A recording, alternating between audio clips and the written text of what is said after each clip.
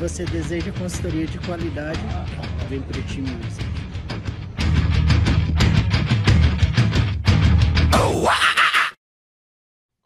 What's up, my guys and gals? Welcome back. And as you will see, this video is titled Force. This section is kind of titled Mechanisms Hypertrophy, which sounds really fancy smancy. We can all say together and we can sound smart with our pinkies up in the air while we drink our pre-workouts. But I could have called this section something along the lines of, stimulus. Basically all that it means is, what are we actually trying to do when we actually kind of clear everything else aside? And believe me, this is a topic we're going to dig into a lot. But when we stop thinking, gym, we stop thinking exercises, we stop thinking free weight versus this or versus that. What are we really actually trying to influence? And at the end of the day, it comes down to something we're trying to influence inside of the body, and what is it actually occurring inside that body that hopefully creates this cascade of effects that leads to putting on muscle. And so there's a lot of proposed theories. It should be implied that these are all theories is probably the best word to still use. I'm going to kind of explore the main ones that are out there. But all this is really through the lens of the gym, the lens of what does this actually mean? What can I actually translate this into the gym? And really, where's the most evidence, aside from just obviously the peer-reviewed evidence thing, which is great, but also where's there the most evidence obviously within the gym as well too. So again, if we take all this concept and all this theory and we actually put it through the lens of what have we actually seen produce results across the board, if we're thinking of what's produced results for grandma, what's produced results for Mr. Olympia, what's produced results for us, which are probably in between those two realms, and really come and take a look at what it is. And again, this is actually a relatively quick, simple video. And as you'll see in things coming, we're going to see, well, what are the things that influence how much force we can produce inside the body? What amount of force outside the body placed in certain ways will influence what the body then has to deal with in the nature of torque. So we're going to get into this a lot more. Now, but I really want to take this and strip this down to the bare bones and the way that it works in my brain, which is basically a very easy to understand thing. And also clarify, really start to think, again, when people talk about what produces results, because a whole lot of things get thrown out there. And again, so the very simplified version of is force. And yes, some dose is dependent. So when I say dose, normally I'm referring to volume. And again, the reason I sometimes say dose as opposed to volume is because people talk about volumes as lots of different things. Sometimes they'll just talk about, how many sets you've done, how many reps you've done. Then we get into the notion of effective volume. Do I count warm-up sets? Do I count working sets? What do I count? And so the reality is the dose does matter as well too. So there's going to be another video on volume as well too. But those are the two main things. It seems to be force, at some given dose. And so when I think about those are basically the things that we can mess around with and a whole bunch of things that influence that, and we'll get into. But think about that in stems when people talk about some of the stuff that you hear out there when people say, oh, well, what about doing stuff with this tempo, or what about time under tension, and what about doing things to just mix it up or challenge different angles or different whatever. And realize, when you hear that kind of stuff, you've always got to take it back into your brain. How does that actually transfer to force, and how does that actually transfer to for dose, for volume? So if it impacts those two things, all those terms and all those things really have to come back to that. And again, if there's something that's just outside of that, obviously some of the crazy stuff I really don't need to explain for you guys, but people talk about muscle confusion and got to keep the muscle guessing and all that kind of stuff. I don't really know what any of that means. So when we're talking about force, the way that I like to think about it, which makes sense in my brain, and is really what's actually happening, is we look at a muscle, and you have this notion of taking the muscle out of the body. Now, we're going to get into a couple more examples of different types of muscle and basically how maybe they can have a little bit of a different effect. They work differently. They can produce different amounts of force by cross-section. The reality of that is not much of that actually really changes gym decisions. So the difference between, muscles that run, basically more, longitudinal, so run right along with the muscle bellies, or ones that are more pennated and kind of run, at angles relative to the full length of the muscle belly. Some of that stuff's neat. Some of it's kind of fun to nerd out on, but what that actually does and how that translates to making different gym decisions, I don't really see. So we don't dig into it a whole lot. But so I've got some examples over here of just to kind of look at some different types of muscles. So we've got, again, ones that the fibers pretty much run right along the same direction as the entire muscle belly origin to insertion. We've got some that are more pennated, which means, again, this is, let's say this would be a bicep would be a good example. So this is the upper arm, this is the elbow joint, this is where it crosses over. This could be a quadricep. Again, I didn't bother with the patella. I just kind of made the knee joint as if it's one thing. But obviously we have the whole length of the quadricep runs this direction, but the individual fibers can run kind of cross-section this direction. And that's more of a pennated type look. And then you have some that are more of almost a fan-shaped muscle. So imagine, you know, this is your clavicle right up here. Imagine your sternum right in here, and down in here you've got some ribs. And here's your pec if your arm was kind of basically, this is my drawing, the guy in this position right here. You'll see the fibers have kind of a broad origin and all come to one insertion. And so the whole thing is, well, yes, individual fibers, you know, obviously these ones do pull this direction. These ones pull just this direction. These ones can pull in multiple directions. Basically, the sum of the effect is still kind of this notion of just bone-to-bone pull. And so again, even though these all pull basically in the same direction and these kind of pull this direction, the sum of this pennated muscle group is still just bone-to-bone pull. You know, so where those quad muscles, most of them attach to the top of the femur, one across over to the hip, they all come basically to the same point in the knee. And again, when all of those muscles pull, they have the same sum of basically origin to insertion pull. So when we're talking about force, when we're talking about mechanical tension, that's really what I like to think about, is this whole bone-to-bone pull thing. So we've got, people start to think again when about training and exercise, they think about, oh, I got this exercise, I've got this weight, I've got this muscle, and I've got this machine, and I'm doing this thing. And at its bare bones, at its basic, you got to think, well, the goal is, and obviously there's exercises that are the sum of many muscles, but it comes with understanding what is occurring within one muscle. What is its action with bone-to-bone pull?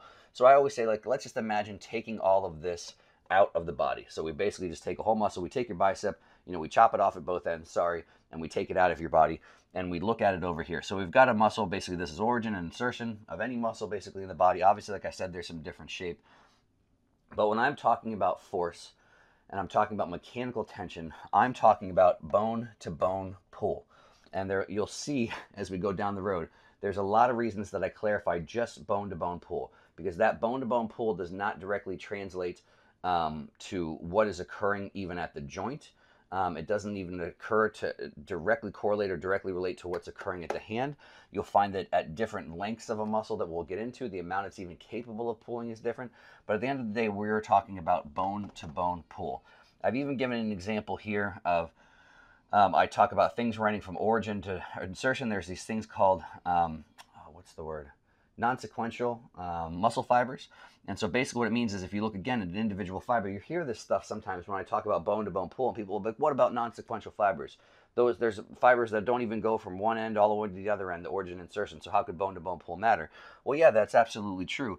But basically, this is a horrible, horrible drawing, but fibers run like this. So you could have a fiber that runs and stops, but it's glued to another fiber that runs and stops. And all of those fibers essentially glued together still have the same sum effect. So again, I'm aware that there's some nuance there. You know, there's examples I've given here where it's not all things in straight line. There's examples where things, again, don't go completely every single fiber from one end to the other. But again, the still end result will be the same. It is going to be origin to insertion pull. And sometime down the road, we'll get into things like fascia as well, too, and how there absolutely can be a transfer of force through fascia. And people talk about the magical and mysterious fascia and its ways can transfer force, and as if it somehow debunks what muscles do. And some people imply that it's overly simple, you know, this model of origin to insertion. And the reality is, yes, when you're looking at a body, and yes, you know, you're looking at fascia, some of those things and fascial planes, they exist. You know, they're complicated, but the reality is people at the same time, you know, again, bone-to-bone pull and muscles, and again, not thinking about what fascias, you know, glued essentially to the top of them and how that might cross over a joint differently. The muscles still do what they do. It's not wrong to simplify that component and at least control for something. And if it wasn't important, the example I always got from Tom Purvis was, okay, if fascia is this magical thing that can do stuff all by itself, then shoot Botox into a muscle and see what it does. Shoot Botox into all the muscles that are your elbow flexors, and then see if your fascia can bend your elbow. And the reality is, it can't. If anyone's ever had Botox in anything, it essentially paralyzes the muscle. And so again, if muscle was something that didn't have this function or didn't create bone-to-bone pull, then in the absence of it, we would still have this fascia that can do something, which in reality, it cannot. So again, I get all that because you're nerds, you like nerd stuff, and we want to cover some of the things you might hear when sometimes this seems like an overly simplified version. But at the end of the day, the reason you do this is because you have to control for something before you can get into the more complicated stuff. And I've even given another example here where, again, this will be down the road. This is kind of when you hear me talk about internal mechanics, is I could have this bone-to-bone pull. So here's a bicep, here's my arm, going from this position to this position. So again, like I've said before, you could have the same muscle that has the same bone-to-bone pull, but with the same amount of pull, it can have two very different influences on the amount of torque it can create at the joint. So again, the same amount of pull here and the same amount of pull here is going to have a very different torque response. So again, this is why it's really, really tough to not take this first very simplified version of what happens origin to insertion before things get a lot more complicated. And so again, I think this is kind of a simple video. It really is. But I want you guys to have this very simple, very basic version of, again, if we're trying to create change in the body, we have to dumb it down, and we have to start here. So again, what we know, let's exclude dose for a minute and volume. I'll come back to that.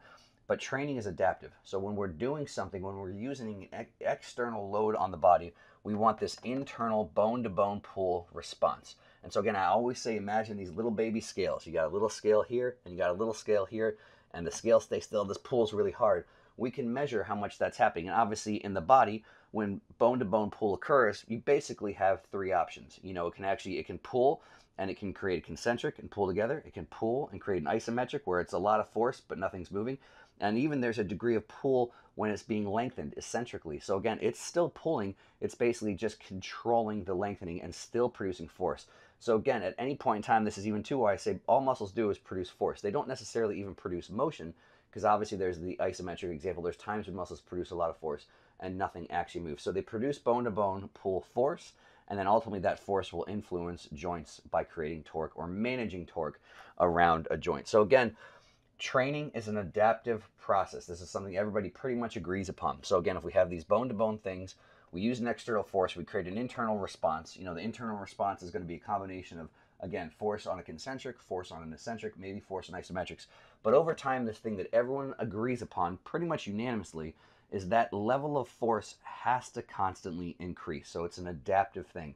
So over time, when we start talking about progressive overload and all the things that go into that, really what progressive overload is in my brain is coming back to what's occurring here. That little baby scales are getting higher. It's not always what's in your hand. It's not always what's on the machine or whatever, because for all that to get through to this, it's got to do certain things. It's got to cross over joints in a certain way, and we've got to make sure we're not doing stuff, even if that's moving, to make sure it's all getting here and not being produced by something else or lost along the way.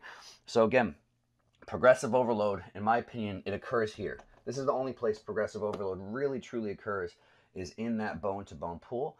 And whatever little baby scale, whatever amount of force we're demanding of that muscle, that amount has to increase over time. We need more force for things to grow. Now again, what is the dose? And we'll talk about what actually produces more force or less force and things like that in videos down the road. But yes, the dose is important. So again, I could meet all those requirements. So again, I could have more and more and more and more force from a muscle, bone-to-bone pull over time, by just increasing my 1 rep max. I only ever went to the gym, and I only ever did 1 rep max, and you can absolutely get stronger that way. And to some degree, you'll put on tissue that way as well too. But everyone also agrees upon, for hypertrophy, for muscle building, the dose is important as well too. Even within just 1 set, that's where volume starts. Again, obviously 2 reps is twice as much volume as 1 rep. Then obviously 3 reps, 4 reps, 5 reps. So it seems like the minimum, depending on how you're doing it, and again, there's a whole lot that goes into it, seems to be maybe somewhere around 4, 5, 6 reps is kind of the minimum threshold dose of the start of volume. So again, of 1 set, and then there's a whole bunch of conditions after that of, do we need multiple sets? Do we need multiple exercises? That's stuff we're going to discuss down the road. But so again, thinking about all that kind of stuff, and obviously thinking about the simple things, and we'll get into this to great detail, but why I say progressive overload occurs in here is, again, because are we actually creating more bone-to-bone pull? And again, there's a whole bunch of reasons, and this is why I say, yes, load is a massive factor in that, and yes, form is a massive factor in that. Like I said, it's force demands on every type of contraction. So there's force demands on the eccentric. If you just drop a weight, what do you think is occurring with those little baby scales? Do you think they're actually creating any force, or they're just completely relaxed while you let gravity do the work? Let's say if you drop a ball, a hard ball on a hard ground, it hits the ground and bounces up. Did you have anything to do? Did you have to produce any force for it to bounce back up? No, you dropped it, and gravity obviously is the thing that made it move. And then momentum, that direction change, the force from the ground is what made it move. So the same thing, I could drop a weight, do a very fast, uncontrolled eccentric, and I could literally bounce out of the bottom. Now again, if I come back to here, and I'm looking actually range specific. So again, the entire time I'm going down, even though I have a weight in my hand and it's going down fast, there may be nothing happening on this little baby scale. And let's say, again, I bounce out of the bottom, there still might be nothing happening on the baby scale until I get to this point.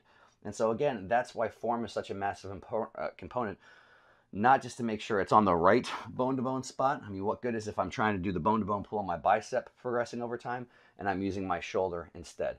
But also, for the reason that, like I said, dose is important. So how much volume is actually within one rep? And this is something we're going to get into a lot down the road, where again, obviously I could do one rep where I'm actually using my muscle and creating high demands bone-to-bone pull the entire time I'm moving, or I could do a rep with the example that I just said before and basically only have this much range of motion. Maybe 20% of the time I'm actually holding the weight is something actually moving or actually creating that bone-to-bone pull. So this is the stem of it. This is the base of it. And again, the next video you'll see, we'll kind of discuss some of the other mechanisms. So again, there's proposed mechanisms aside from force. But again, the number one thing from anecdotal to clinical, meaning what we actually seen in gyms, what we've seen produce results, putting on muscle from every type of body, regardless of gender, regardless of enhanced or natural, regardless of age, is force seems to be the main driver. And again, if you look in the field, if you look in the trenches, if you look from some of the trains, if you look at the peer-reviewed and the evidence-based community, everyone still seems to agree, put the most stock in maximal force production. And again, that's the big takeaway for what does this actually mean in the gym? Because you're going to have to figure out later on down the road, well, why would I maybe do more sets? Is this about maximum force production, or is this about the dose? Or what are some things that can lead to maximal force production aside from load, aside from form? And so you really need to put those things in your categories. Again, when we're starting to make good gym decisions, when we're starting to analyze the things that we do, again, this is why it's the most important filter, is what are my actions actually contributing to or not contributing to? Are they actually increasing force demands? Are they actually increasing the dose demands? Those things could potentially lead to it. Or is it just filler? Is it just fluff? And again, we'll talk about in the next couple of videos. I'll give you some resources to look into if you want to dig in a little bit deeper about what some of those other mechanisms are. But you'll see even why too. It's impossible really to look entirely at those mechanisms in and of themselves, because none of them occur without force happening first, and they could be arguably just be a byproduct, which it would be. So hopefully that all makes sense. I don't want to talk about this one over here. See this one? There's all different types of muscles. Now, depending on what you think about, how dirty you are, there's muscles that look like that. So again, we've got ones that are in lines, we've got pennated, we've got fans, we've got ones like that. That could be something, or that could be your eyeball. If you're PG, I'll let y'all figure it out at home. And there's a bunch of cool shit that we don't even really ever think about with how muscles work. Like if you look at how your tongue works. Very, very interesting stuff that basically goes along with none of this. And as far as I know, there's not a whole lot of ways to progressive overload your tongue, or there's equipment for that. But again, this is I say all that and I show all this somewhat to just show some different things and to acknowledge that there is some nuance, you know, in the bone-to-bone pull. That's why I talk about fascia as well as too, that there is some other things that go into it as far as force transfer when we're looking at your entire body. But there's absolutely nothing wrong with having a baseline, controlling for some things, and creating some simplicity. And the same reason, the example I always give too, is I've had people tell me crazy things of like, oh, you can't even say that, you know, show me exactly where your bicep muscle stops and where the bicep tendon starts, and that basically even the idea and notion of separating muscles is silly. Like, oh, you shouldn't even say quad, you should just say front of the leg stuff and this and that. And I get where the point of that is coming from to some degree, but if that was the case when people tore muscles off of their body, orthopedic surgeons wouldn't know what to grab, what to sew on, what to bolt on, and what to reattach. So again, it's one of those things where you'll hear some of that, and again, I understand where some of it comes from, but this is the reason why getting a baseline of mechanics, getting a simplified version of how individual muscles work, how they influence joints, is a must before you start to consider some of that more complicated stuff, which again, depending on your goal, you may or may not never have to do. So again, this is such an important video for understanding, again, when I'm talking about stripping everything else away and getting down to when I talk about force production, mechanical tension, force is king, this is it. What occurs in this little muscle that we've taken out of your body, and what do we need to have happen here, again, from a force standpoint, a mechanical tension standpoint, and from a dose standpoint. And then we can start to look at all the other stuff out here that will take us ultimately back in here.